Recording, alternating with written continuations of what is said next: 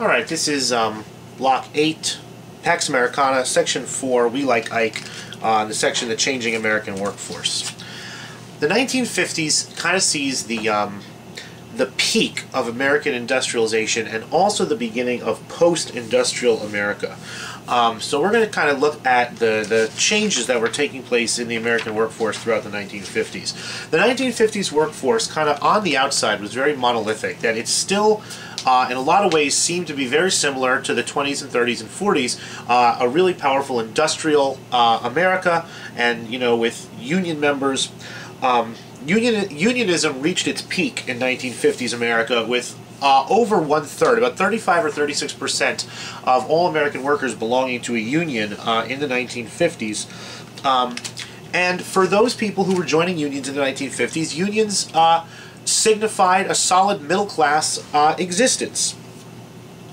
That was pretty much a secured job for life with secure pay increases, and a defined retirement plan. And it was considered, to be kind of something that all Americans could do. You didn't have to. A high school diploma was good enough to work in a factory. You got your union card when you were 18, 19 years old, and you worked for 40 years, and you enjoyed a comfortable retirement.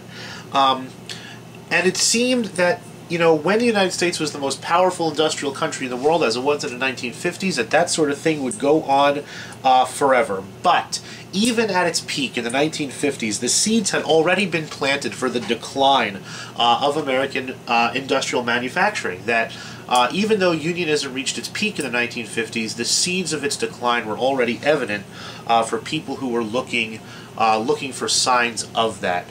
For the first time, just as a side note, for the first time in American history, black Americans joined unions with much less discrimination as they had in the past, and accruing to them were the same benefits that accrued to other unionized workers.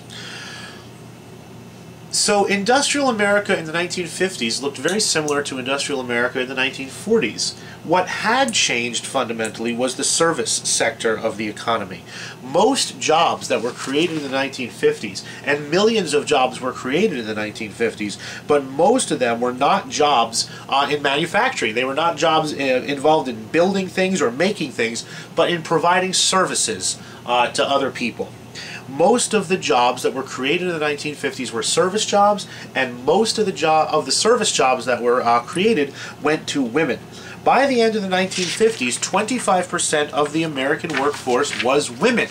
So you had the women joining the industrial workforce in the 1940s. When the men came back from war, they went back to the factories, but this commonly held notion that in the 1950s all American women were stay-at-home moms and housewives with aprons, cooking and cleaning, is simply not true.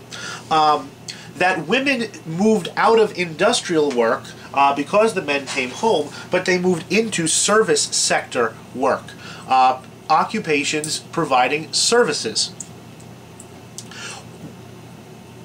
This economic boom in the manufacturing sector, in the service sector, was predicated upon an incredible increase in productivity.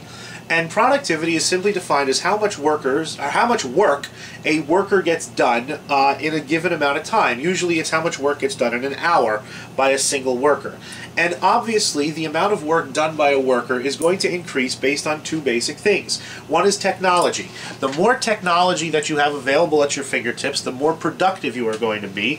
And the second thing is the more education you have, the more productive you are going to be. Well, as technology changed and American workers grew more and more technologically advanced, and factories got more technologically advanced, and as Americans grew more educated, productivity increased. By the 1950s, most Americans are getting a high school diploma. Even rural and small town Americans outside of the traditional Northeast and Midwest are getting high school diplomas by the 1950s. More and more Americans with the GI Bill are beginning to go to college. So these The economic boom of the 1950s was largely caused, or in part caused, by increases in productivity. So what sort of changes do we have? A peak of unionism. We still have a very powerful manufacturing sector, but the seeds of its decline are already evident, and an increasing service sector, the entertainment industry, the management work, financial work, services. Any job where you provide services to people is increasing and largely staffed by women.